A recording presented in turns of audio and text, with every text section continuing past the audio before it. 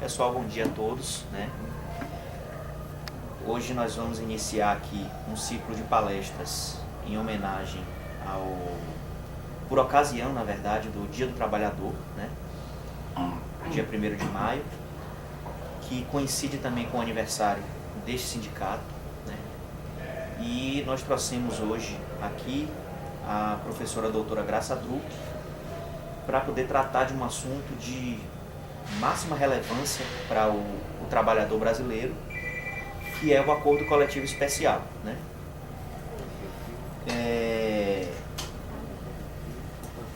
A professora doutora Graça Druck, ela também está na linha de frente, né, das ações, né, e dos estudos com relação às relações de trabalho, a precarização, né, terceirização. Ela inclusive participou da última audiência pública no TST sobre terceirização, né, e foi um evento de suma importância para os trabalhadores, né. Foi um embate político, né, e teórico muito grande, né, e em razão da gravidade, né, das proposições do Acordo Coletivo Especial e das 101 propostas para modernização das relações de trabalho feita pela CNI, Confederação Nacional das Indústrias, a gente trouxe hoje aqui a professora, doutora, para poder nos equipar de informações valiosíssimas, né, segundo a sua experiência e titulação no assunto, né, e a gente queria então dar início, né, primeiro agradecendo a professora, porque gentilmente cedeu o espaço na sua agenda, né, que é extremamente apertada, para poder fazer esse evento aqui, né.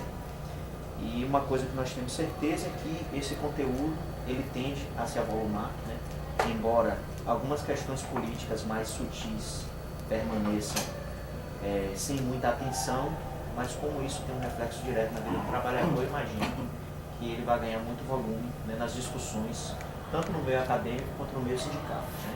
Então a gente agradece, dá as boas-vindas à professora e, ao mesmo tempo, já passa a palavra, que a gente possa começar. Bom dia. Acho que não precisa. Bom dia a todos. Em primeiro lugar, eu queria agradecer o convite que o sindicato me fez, na pessoa do André.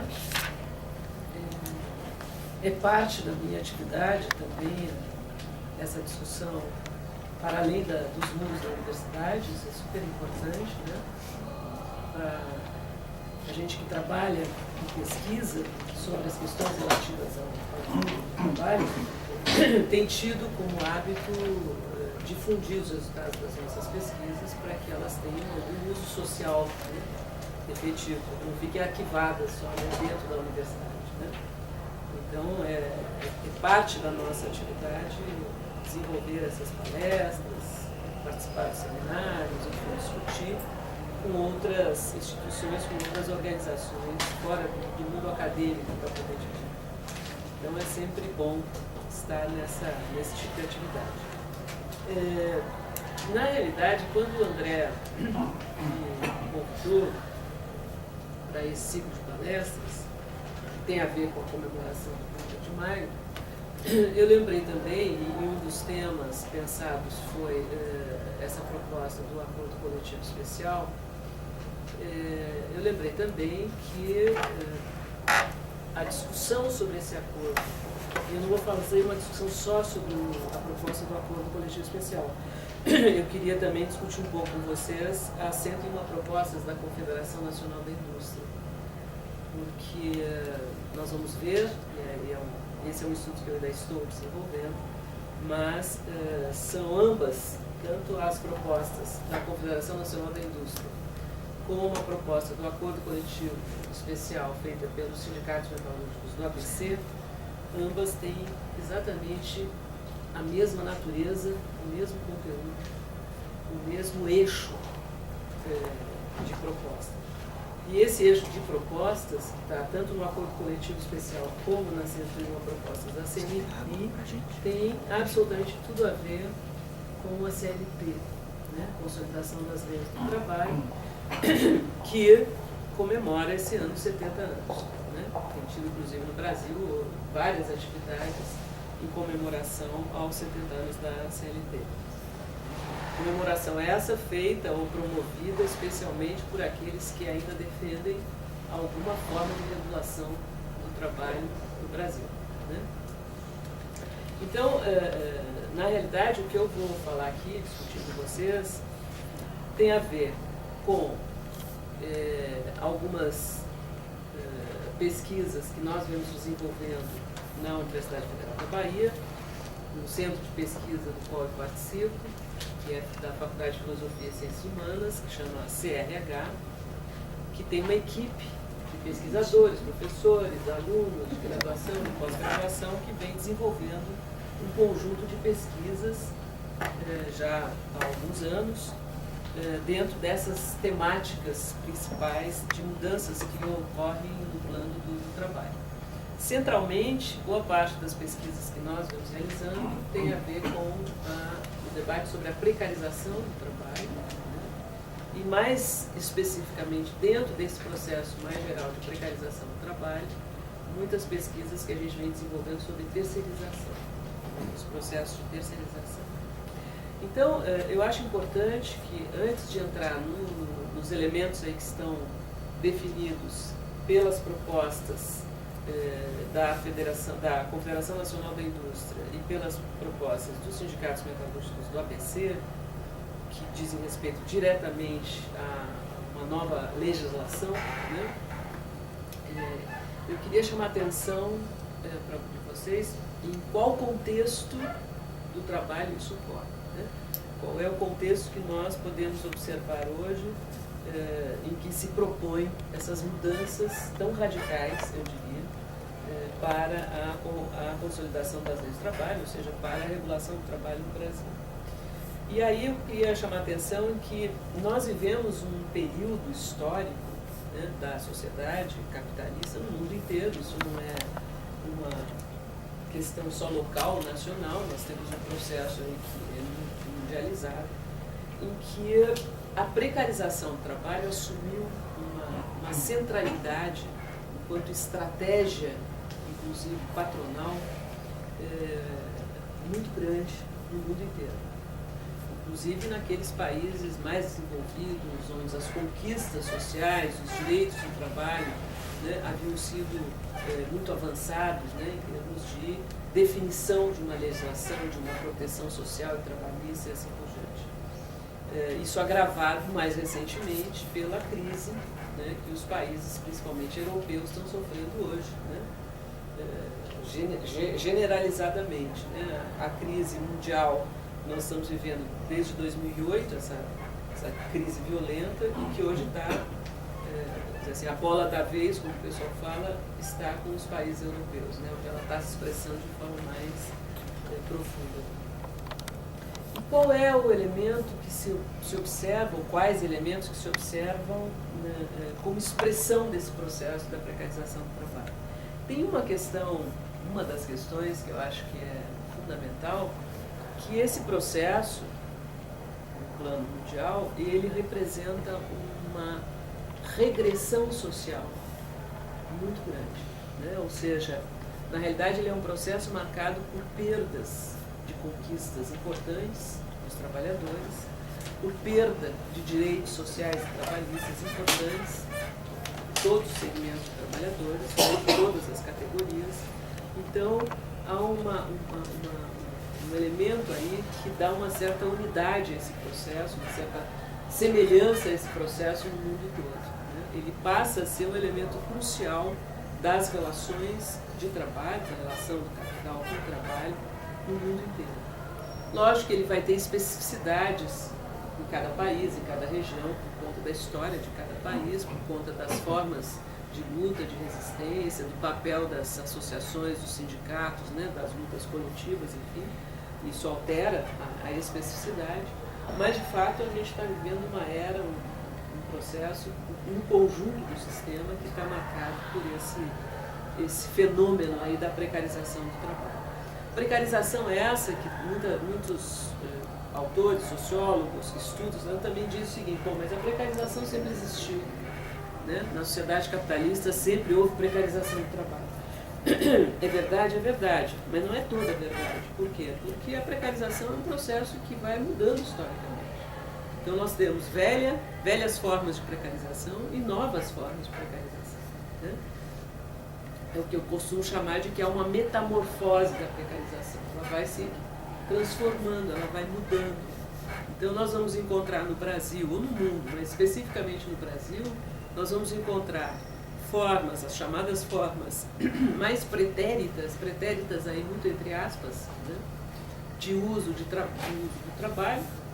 Os exemplos mais gritantes são o trabalho análogo ao escravo, né, e o trabalho infantil, que datam ou de antes do capitalismo, né, ou datam do início do capitalismo com a Revolução Industrial, o uso do trabalho infantil, por exemplo.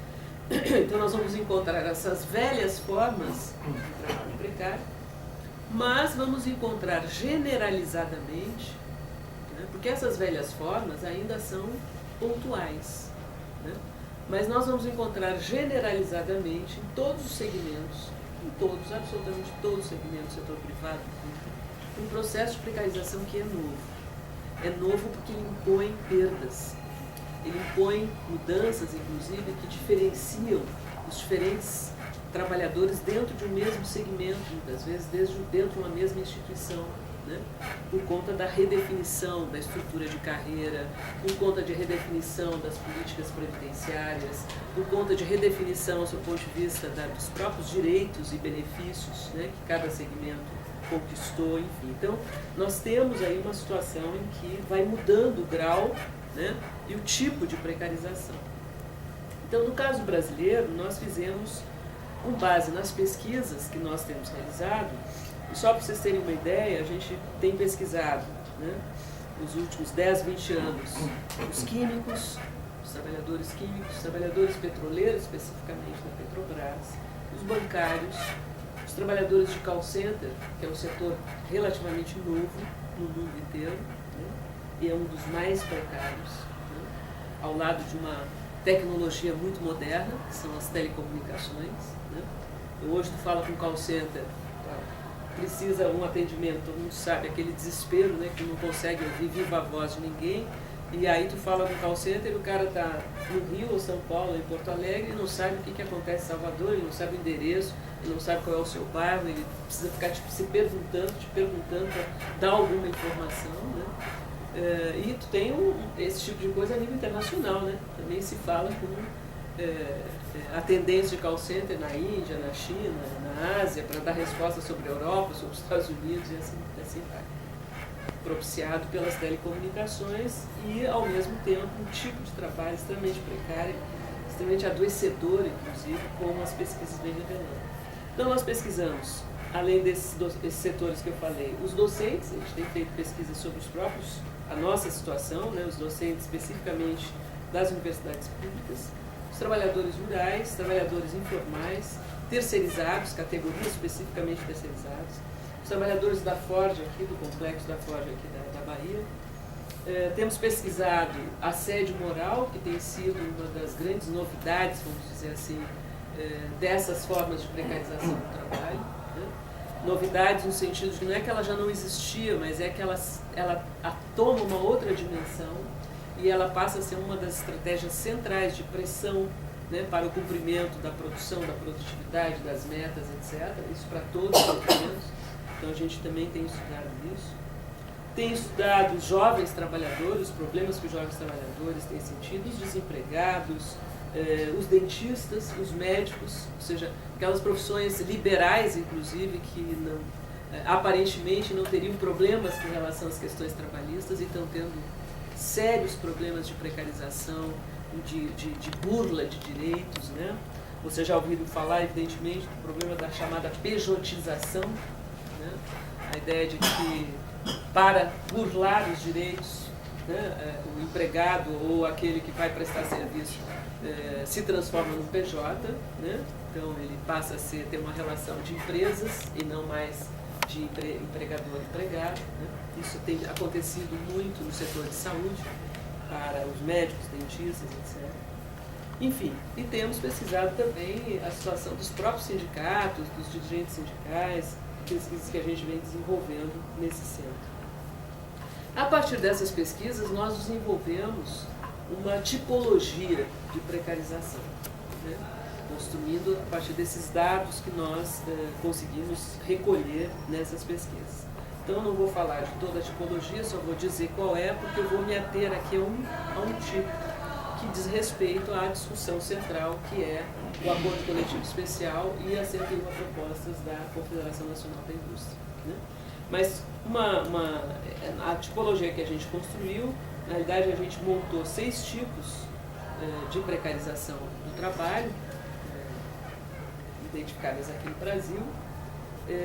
Um primeiro tipo que está dado pelas formas de inserção dos trabalhadores no mercado de trabalho propriamente dito, né? Então, tem uma diversidade muito grande, inclusive no Brasil, de formas de contrato hoje, né? E de regulação, portanto, que esses contratos implicam, né? Desde o trabalhador informal, propriamente dito, o prestador de serviços, o PJ, né? O empregado com carteira, sem carteira, enfim, tu tem o trabalhador temporário, o terceirizado, o tempo contrato por tempo determinado, enfim, nós temos diferentes formas de inserção que, se é verdade que no Brasil tiveram sempre uma estrutura, o mercado de trabalho sempre teve uma estrutura muito precária, né, de inserção, piorou significativamente nas últimas décadas, né? Então, nós tivemos, esse é a primeira expressão, o primeiro tipo da precarização, que são as formas de inserção no mercado de trabalho. Um segundo tipo está dado pelas formas, as mudanças que passam a ocorrer, também a partir principalmente dos anos 90 no Brasil e vem ocorrendo até os dias atuais, que são as novas formas de gestão e organização do trabalho. Isso passa a ser redefinido tanto no setor público como no setor privado, né, com a implementação de novos modelos de organização do trabalho, onde os elementos de controle sobre o trabalho, né, e onde a questão da produtividade, como objetivo permanente, evidentemente, de qualquer sistema de trabalho, né, mas leva a um rigor maior, a um controle maior dos processos que tem levado a uma intensificação muito grande do trabalho, né? Então, a imposição de metas, por exemplo, né, o grau de produtividade que é exigido, isso invariavelmente, não interessa se é setor privado ou público, isso está todo contaminado, né, por um produtivismo estéril, inclusive, e que não leva em conta os próprios limites dos trabalhadores, né, em termos de tempo de trabalho, em termos de condições de trabalho, né, em termos das suas possibilidades, inclusive, de realizar aquelas metas. E isso se expressa em várias formas, desde a definição de metas mesmo, mas também o uso do banco de horas, por exemplo. O banco de horas já é uma modificação, né, na legislação que tem levado ao processo de intensificação do trabalho, né, e assim por diante. A terceirização é um elemento importante de mudança na gestão do trabalho, né, que também tem gerado uma precarização muito grande. Um terceiro tipo, uma terceira dimensão que expressa também a velha e a nova precarização do trabalho, está no campo da saúde do trabalhador. A gente tem muita pesquisa hoje no Brasil inteiro e no país sobre esses aspectos da saúde do trabalhador.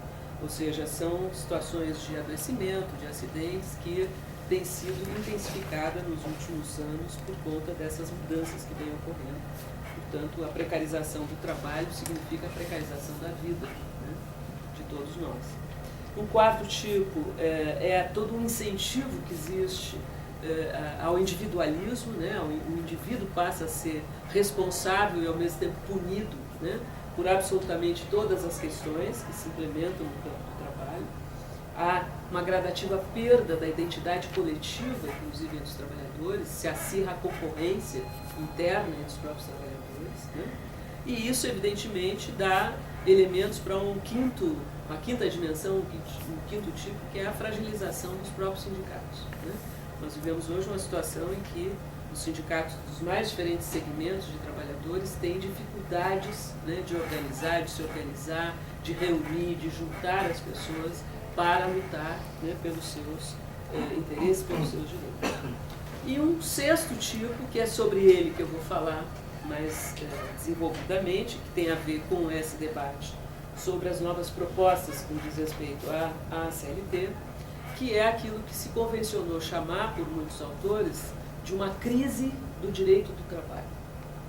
Ora, todos nós sabemos, e vocês, em função do seu ofício, né, que vocês trabalham aqui na Justiça do Trabalho, que existe uma discussão a propósito de que o direito do trabalho ele surge e nasce exatamente porque ele é a expressão da desigualdade que existe na relação entre empregado e empregadores, né? Então, a origem do direito do trabalho, ela já expressa essa desarmonia, esse desequilíbrio, né? Essa relação desigual que existe entre empregados e empregadores, entre patrões, né, e trabalhadores. Então, toda a história do direito do trabalho e a forma como o direito do trabalho se estabelece, se institui, né, em cada país, e as instituições que operam o direito do trabalho, elas existem ligadas a essa origem, né? Quer dizer, há uma necessidade objetiva, histórica, social, né, dos trabalhadores, no sentido que eles precisam ter instrumentos que defendam, né, a sua condição, defendam os seus direitos, enfim, estabeleçam os seus direitos fundamentalmente. Ora, isso por quê? Porque nós vivemos um sistema capitalista que, na sua essência mesmo, é um sistema que não tem limites para impor a sua lógica, né, do lucro, da acumulação, no plano do uso do trabalho, da exploração do trabalho, de tal forma que a lógica do sistema toda é movida por isso, né? Maior acumulação, maior lucro, maior riqueza, e, portanto, não há limites dentro do funcionamento do sistema para que isso seja obtido. Daí esses problemas todos que eu rapidamente falei da precarização do trabalho. Então, qual é o limite posto, ou possível de ser posto? O limite posto está dado pelas formas que o direito do trabalho impõe, ou seja, por um tipo de regulação, né, que o Estado tem a obrigação de colocar, e que é uma regulação, evidentemente, que é fruto do quê? Fruto das lutas, né, dos trabalhadores, fruto da atividade, fruto da defesa que os trabalhadores fazem da sua condição, ou das suas melhores condições de trabalho, que se revertem em direitos. Então, na realidade, existe um debate hoje que está colocando em questão o direito do trabalho. Para que serve o direito do trabalho? E para que serve aquelas instituições que operam o direito do trabalho?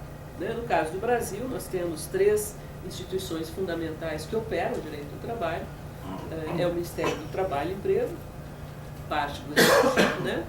É o Ministério Público do Trabalho e a Justiça do Trabalho, né? São as 3 grandes instituições que operam o direito do trabalho no Brasil.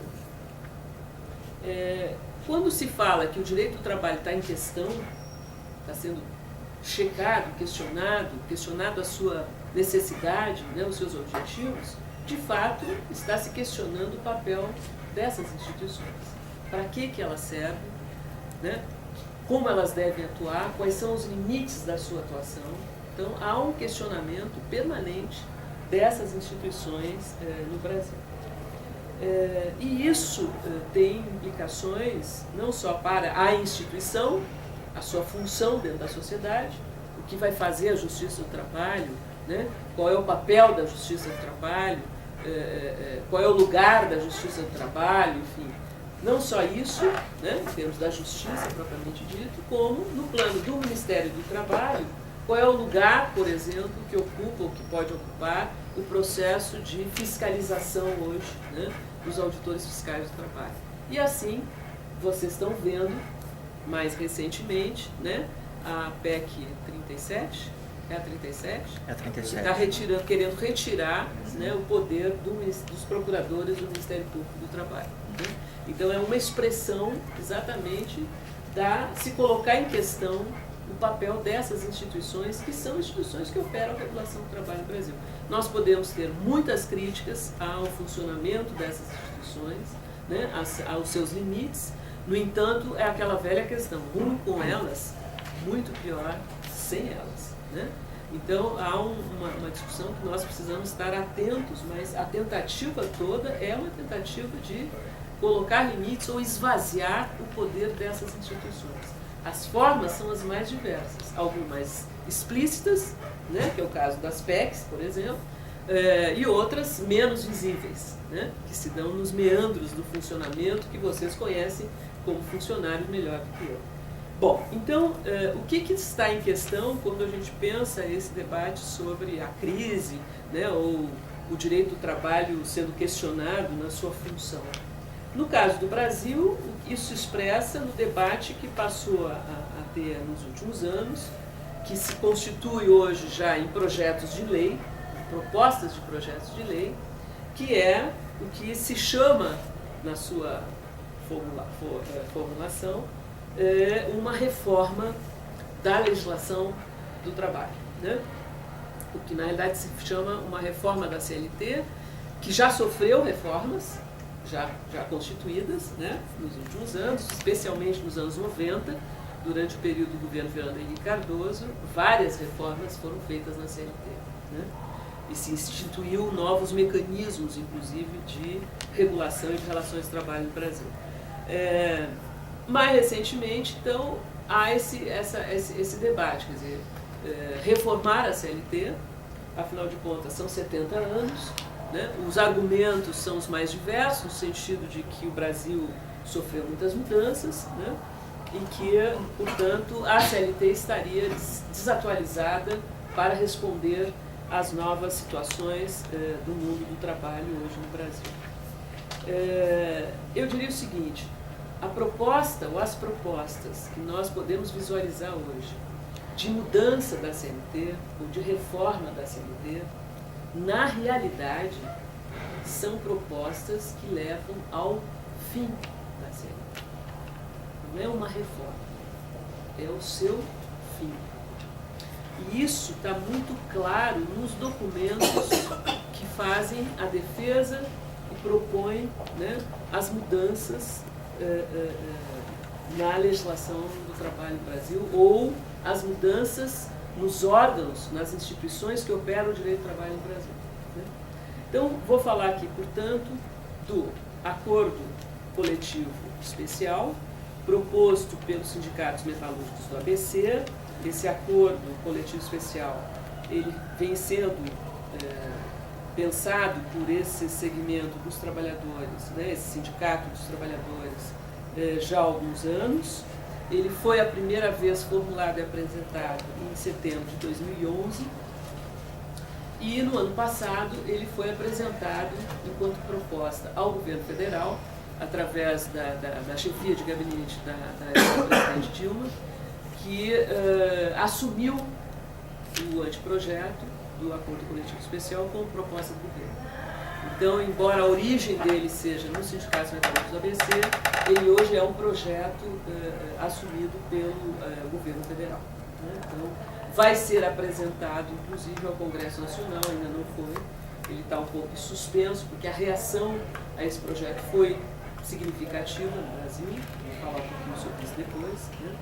Mas ele está aí, né, com uma proposta que surge de um sindicato de trabalhadores que não é qualquer sindicato, né? Sindicatos metalúrgicos do ABC tem uma história importante, recente no Brasil, né? Especialmente nos anos, final dos anos 70 para cá, né? Foi um sindicato que teve uma responsabilidade política muito grande no processo de redemocratização do país, né? E das lutas dos trabalhadores que constituíram aí as principais lideranças sindicais, as centrais sindicais, como a Central Única dos Trabalhadores, e o próprio Partido dos Trabalhadores, que tem origem, né, nessa experiência do sindicalismo do ABC. Bom, então, isso não é qualquer sindicato, né? Além da importância que o setor metalúrgico, especialmente que reúne os trabalhadores do setor automotivo, tem no país, né, até os dias de hoje. Bom, então, eu vou falar sobre qual é o eixo da proposta do Acordo Coletivo Especial, que hoje é do sindicato e do governo, e vou falar sobre o eixo das 101 propostas, porque são 101 mesmo, né, propostas para a modernização trabalhista formuladas pela Confederação Nacional da Indústria e publicadas na forma de um documento que está disponível pela internet, etc., em 2012, ano passado. Então veja, qual é o eixo das duas propostas? E um eixo que é comum.